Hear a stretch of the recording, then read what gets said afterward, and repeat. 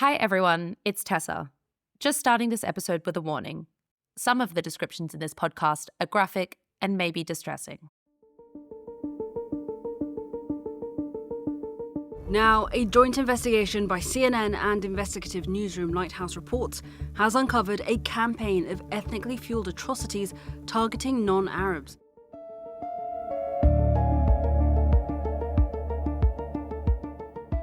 More than 1,000 days into Sudan's war, it's become the worst humanitarian crisis in the world. Millions of people have been displaced, entire communities have been massacred, and yet reports of atrocities against civilians and the role of foreign backers, including European and Western governments, are still barely making the headlines. And when they do, they're smattered with adjectives like forgotten or ignored war. And I want to say this up front because I think language really matters here. That framing of forgotten or ignored makes it sound accidental, like the world just somehow looked away. When in reality, keeping this war out of international headlines is part of the story. It's a strategy used by the warring parties carrying out these atrocities, a strategy enabled by their backers, and a strategy supported by the West, where silence protects the countries, like the UAE, that are funding and sustaining this war. The same countries that the West have deep political and economic ties with. Absolutely. So, at Lighthouse, we've been trying to tackle this by doing investigations that can raise public attention on Sudan. And that's why we've built a newsroom focused entirely on the country. And we've been investigating abuses by both sides over the past 2 years. By the Rapid Support Forces, or RSF as they're called. In this investigation with Sudan War Monitor and Lighthouse Reports, we can reveal that the thousands escaping Al-Fashir were targeted by the RSF. And the Sudanese Armed Forces, known as SAF. We verified several videos captured at this intersection, known as Police Bridge, over a period of days, reconstructing evidence of an eventual massacre. Throughout our reporting, we've been faced with many challenges, from the security risks of our journalists and sources to the constant communication blackouts that we're experiencing.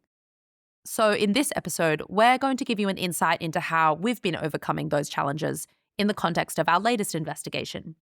It uncovered ethnically targeted attacks and a massacre carried out by the Sudanese Armed Forces in Jazeera State in East Central Sudan. For this story, we worked with CNN and Sudan War Monitor. And we're going to explore this with two of the journalists who led this work. Aziz Alnour. I am Aziz Alnour. I am the Arabic editor in Sudan War Monitor. Sudan is a Sudanese platform that mainly focus on covering the conflict dynamic in Sudan. And also I'm working as a national editor of Lighthouse Reports Sudan War Winner projects. And Sabrina Slipchenko. Hi, I'm Sabrina. I'm on the digital investigations team at Lighthouse. We'll cover both how we went on the ground to interview survivors and witnesses and explain how we used open source techniques to verify the attacks. We'll end by talking about what accountability and impact looks like in this context, and how we're already seeing our reporting being used to help drive efforts to end the conflict and get justice for survivors. And just one reminder before we start, if you're finding these episodes of Backlight interesting, please leave us a rating or send the episodes to a friend. It really helps others to find the podcast. From Lighthouse Reports, this is Backlight. Every month, we take you behind the scenes of real-world collaborative investigations. We're your hosts, Impact Editor Tessa Pang and investigative reporter Beatriz and Silva.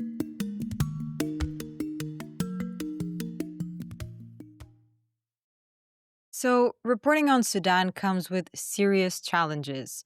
So before we get into how we do this work, we first asked Aziz and Sabrina about the obstacles that they face. These challenges basically help explain why international coverage is so limited, and they shape how we approach our investigations. So our colleagues pointed to three main challenges, starting with access. And here's what Aziz told us. Currently, there's no legal framework for journalists to operate in Sudan, in fact.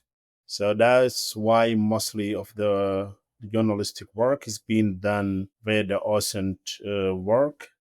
Open source intelligence now it is the main access for the international media with a little focus on ground reporting with journalists who are mainly assigned not to reveal their identity. Yeah, so this lack of legal framework to operate as a journalist in Sudan has two implications, as Aziz says. So, firstly, it means you have to rely a lot more on open source materials, and verifying those materials requires specific technical skills and knowledge.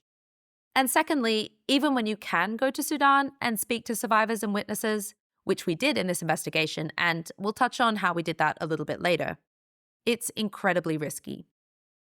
The second challenge that Aziz told us about is internet access. Blacking out the country was one of the crucial measures that was being used by a kind of advanced even measures applied by Sudan Armed Forces in particular. This step actually came after a series of different restriction measures where devices are inspected or even being checked in different checkpoints by both conflicting parties. Then it comes this step of blocking out the country, which made it very difficult, in fact, especially when it comes like reaching out on follow up or maybe reaching out to the ground sources. And that has implications for how we could go about analyzing even open source materials. And this is what Sabrina had to say about that.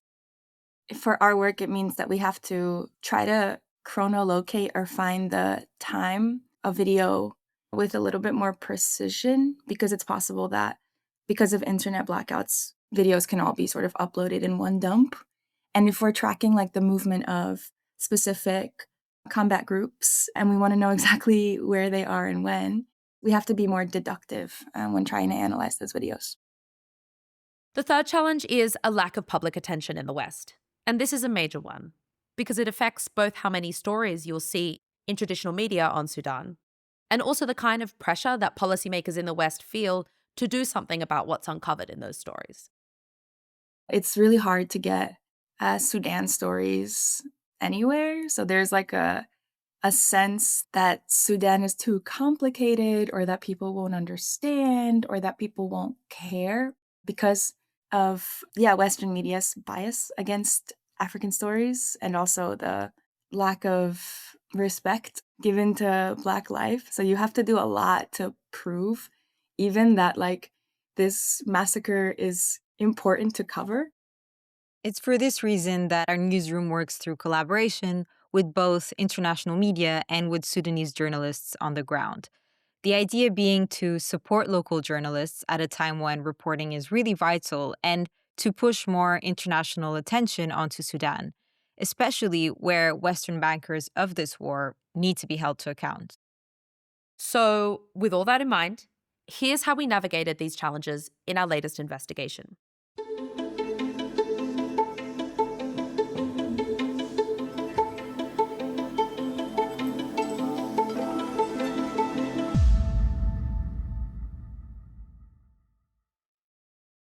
The story began with reports that the team was seeing both across social media and directly from survivors of extreme violence in the town of Wad Madani, the capital of Jazeera State in central Sudan.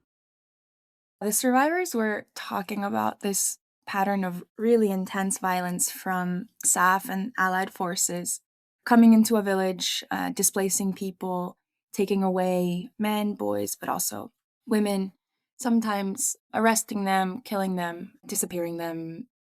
The Sudanese Armed Forces are advancing to recapture the strategic city of Wad Madani from the RSF. But as they converge on the city, atrocities are unfolding. When SAF arrived to Medellin in January 2025, they immediately started targeting mostly the non-Arabs and what's so-called the Kanabi communities. The Kanabi communities were being targeted because they were being accused of being collaborating with the RSF. Most of the Kanabi community originally are from West Sudan, Nuba Mountains, and the Western region. Many other South Sudanese also were targeted as part of these communities. And the attack it just came because these communities were perceived as being a kind of social incubators for RSF.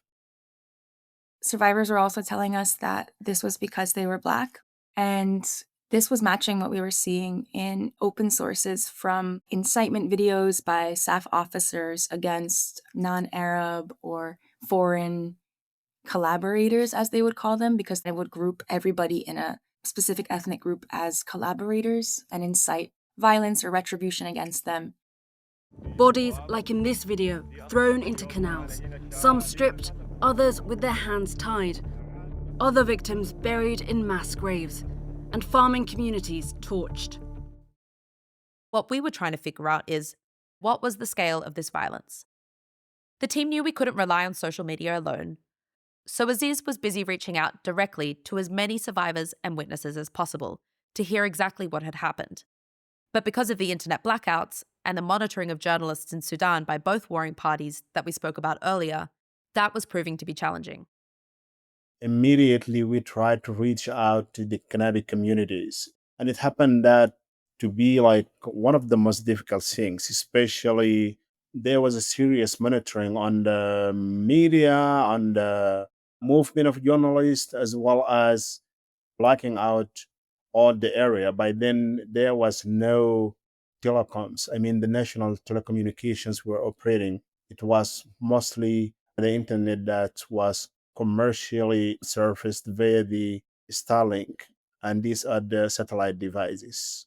So we had to spend a lot of time and a lot of resources as well to find out and reach out to these Kanabi communities.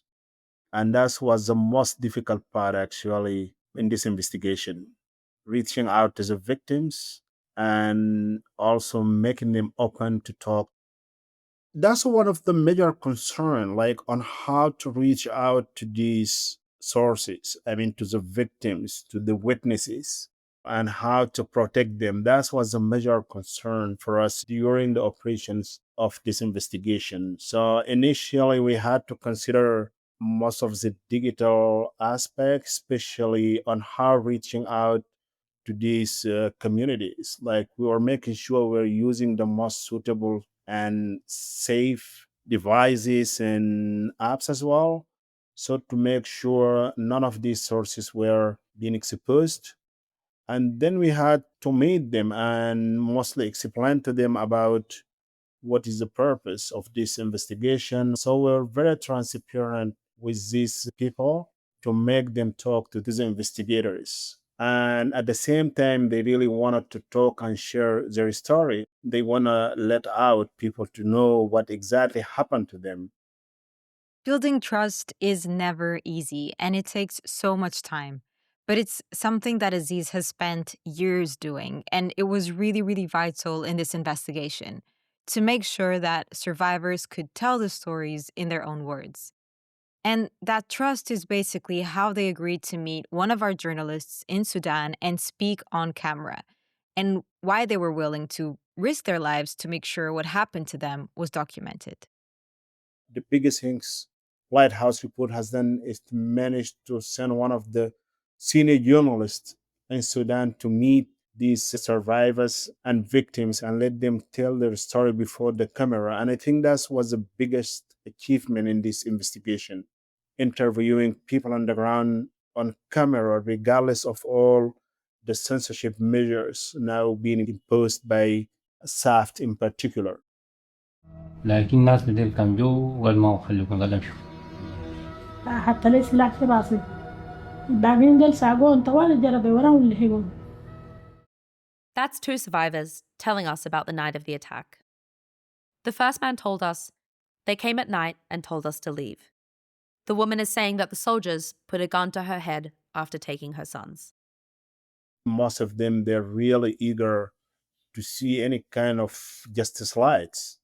And especially when realize that one of the purposes of this investigation was about to shed lights on the future justice, maybe. That's one of the reasons actually made them to join the investigation and tell their stories. The war has devastated telecommunications infrastructure, journalists are being imprisoned, media is in exile.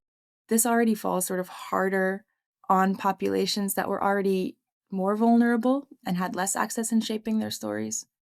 The sense I got from the interviewees was that they wanted a sense of justice, or they wanted it to be known what happened to them, and they wanted somehow access to shaping this narrative, which, like, in the context of SAF is like incredibly brave, because as we've spoken about, there's been like very little reporting on SAF relative to RSF, and SAF is somehow seen as like the legitimate force. But what we heard is like, well, if the legitimate force is like massacring civilians on like a racial basis, is that legitimate? I think the survivors just wanted the world to know what happened. There was a woman who lost all of her sons. I think the only thing that she was left with was this need to try to find justice for them. The testimonies of survivors and witnesses were central to shaping this investigation. But we also relied a lot on open source information, and that's publicly available videos, images, and data to analyze and piece together basically how these attacks unfolded. And that's what we're going to be talking about after the break. You're listening to Backlight, Lighthouse Report's monthly deep dive into the world of investigative journalism. If you want to know more about our investigations, you can subscribe to our newsletter on our website, lighthousereports.com. Or if you have suggestions on who we can talk to on this podcast, you can always reach out to us at backlight@lighthousereports.com.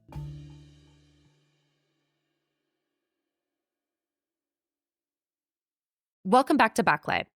Today we're talking to Aziz Alnour and Sabrina Slipchenko about reporting on Sudan. Sabrina's a digital reporter at Lighthouse, and we asked her to step us through the process of using open source information to prove a massacre by one of Sudan's most powerful actors, the Sudanese Armed Forces.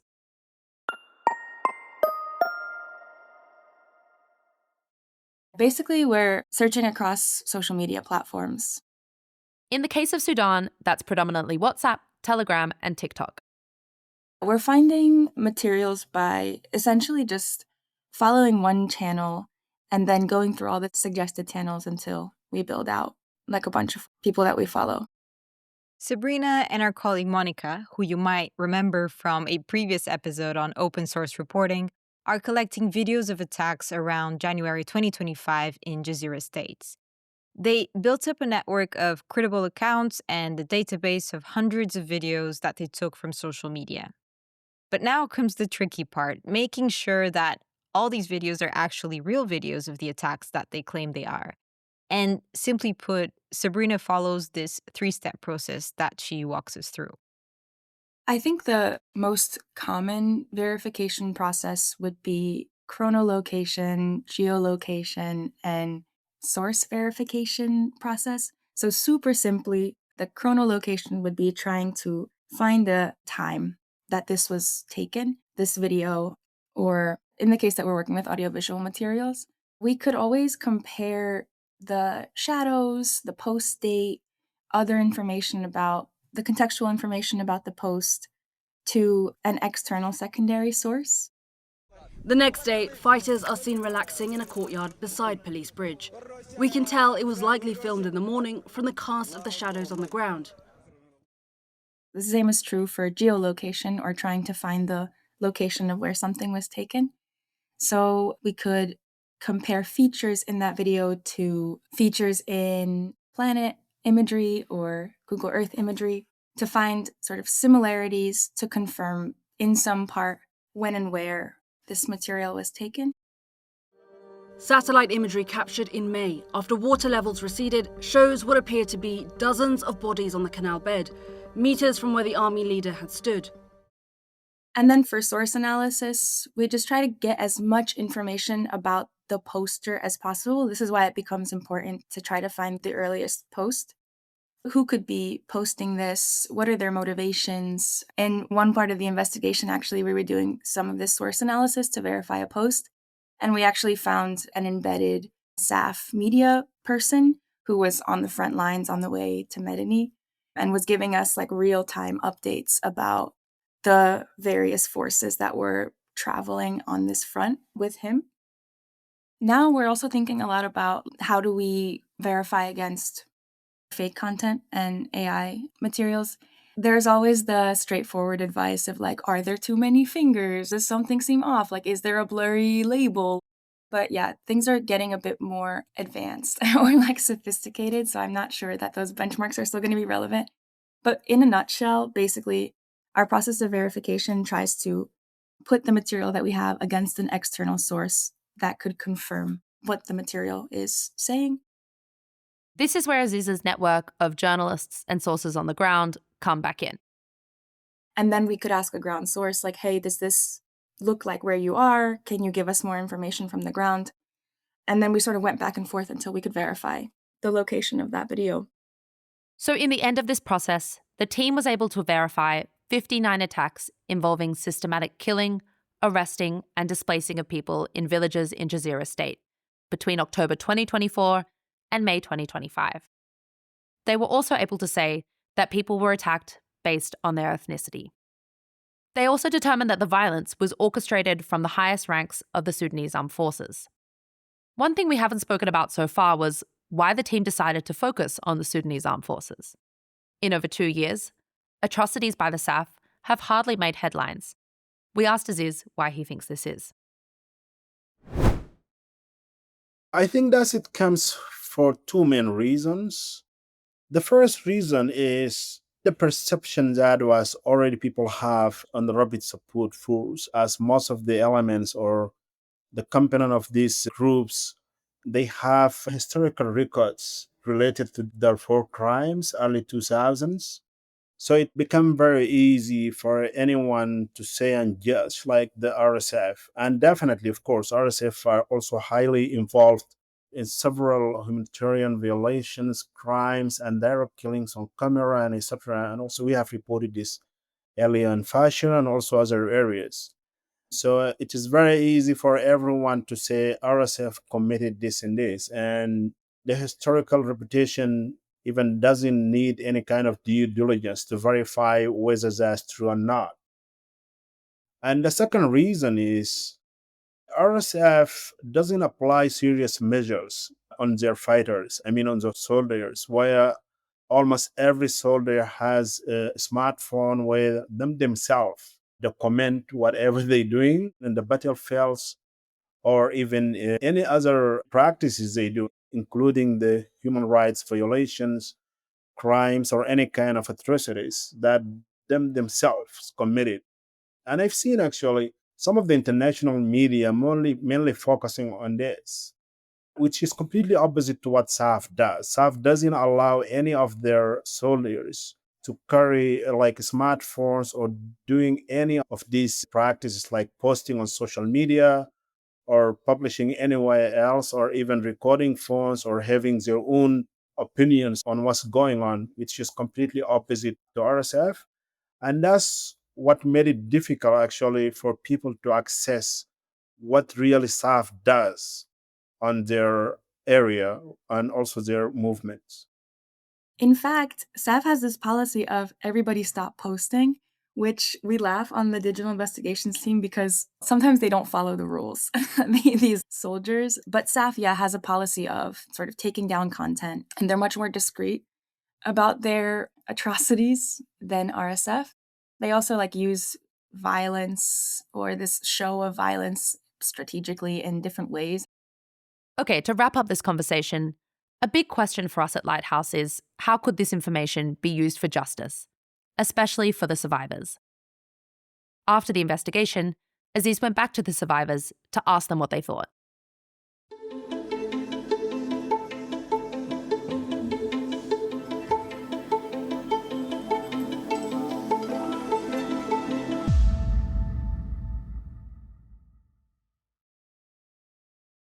Many of them actually reached out and told that now some of them feel relief that they told a part of their story for such horrific crimes, but also for the victims. Now they really feel happy, especially when we have seen the investigation itself being republished in many international, local, and also regional outlets.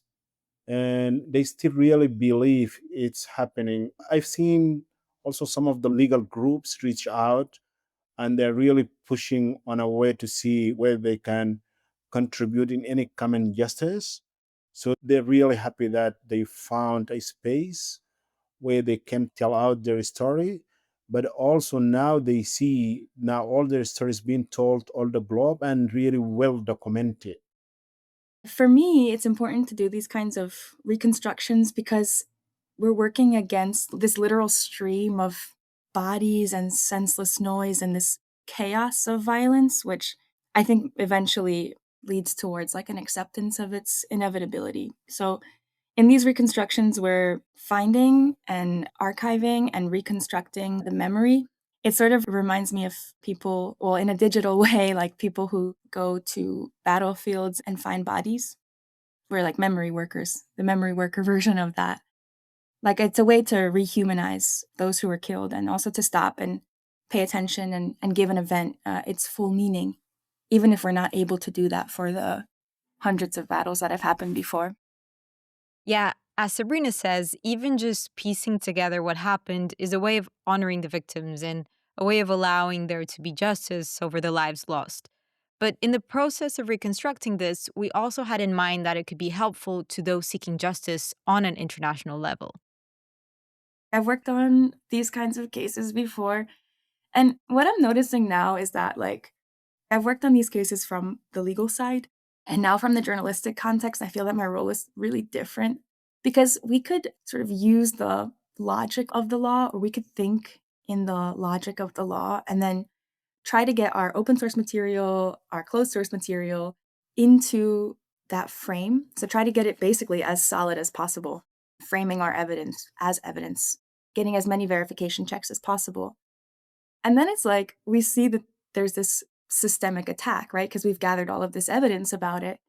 And it kind of pokes at the limits of this international legal system. Like, what's going to happen now, right? Like, we have these verified cases of mass harm. What are you going to do now? Like, sometimes I feel that the role of a journalist is to expose the limits or poke at the fringes of where the law, of places that the law doesn't cover, of places that don't have the same sort of protections under the law, or places where like murder is not seen as murder. It's just seen as part of how things happen. So yeah, I feel really excited in the context of Sudan about possibilities that don't exist yet. This work that we're doing in reconstructing these events and holding this archive of harm, I hope that it'll lead to local initiatives or restorative justice possibilities that we haven't even imagined yet. But hopefully we can think past the limits of the current justice possibilities that we have. And also hopefully our work could be useful to justice mechanisms, sanctions teams that want to pursue their version of accountability. The execution of civilians or unarmed combatants is a war crime under international humanitarian law. Part of that is collecting and archiving the work in a way that meets the standards of best journalistic practices, but also of international justice mechanisms, as Sabrina explains. Our archive has like 600 materials, and that's all searchable by thumbnail. We've also tagged the materials, so we have some tags like detention, burning, killing, torture, and also sexual and gender-based violence, if there are indications of that. We've described all of that in our methodology about how we sort of came to the conclusion about those tags and the standards that informed that tagging process. But yeah, the archive is searchable by tag, by description, by date, by thumbnail. Not all of the videos are verified. Actually, a majority of them aren't, just due to time and resource limitations. But of course, these are now materials that perhaps don't exist online anymore. And civil society, researchers, justice workers are more than welcome to reach out to us for access to this archive. We'd love for another group to take the baton, take the work forward from here.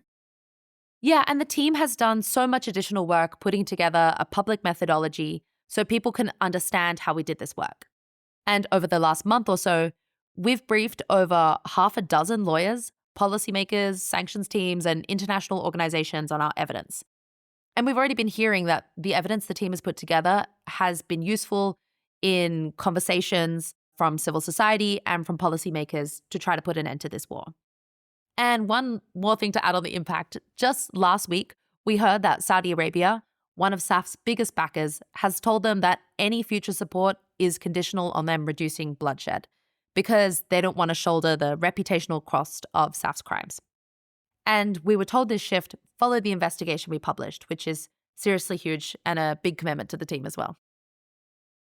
It's a massive win, so shout out to you, Tessa, and everyone who worked on this. That's all for now. Thank you for listening. To keep updated with our investigations, you can follow us on our social media. Our Instagram, TikTok, Twitter, and Blue Sky handles are at Lighthouse Reports, or you can subscribe to our newsletter on our website, lighthousereports.com. All of these are linked in the show notes. One last thing, please do leave us a rating or send this episode to a friend. It really helps for others to find the podcast. This episode was produced and hosted by Tessa Pang and Beatriz and Silva. It was sound edited and designed by Spoovio. Thanks for listening, everyone, and see you next month.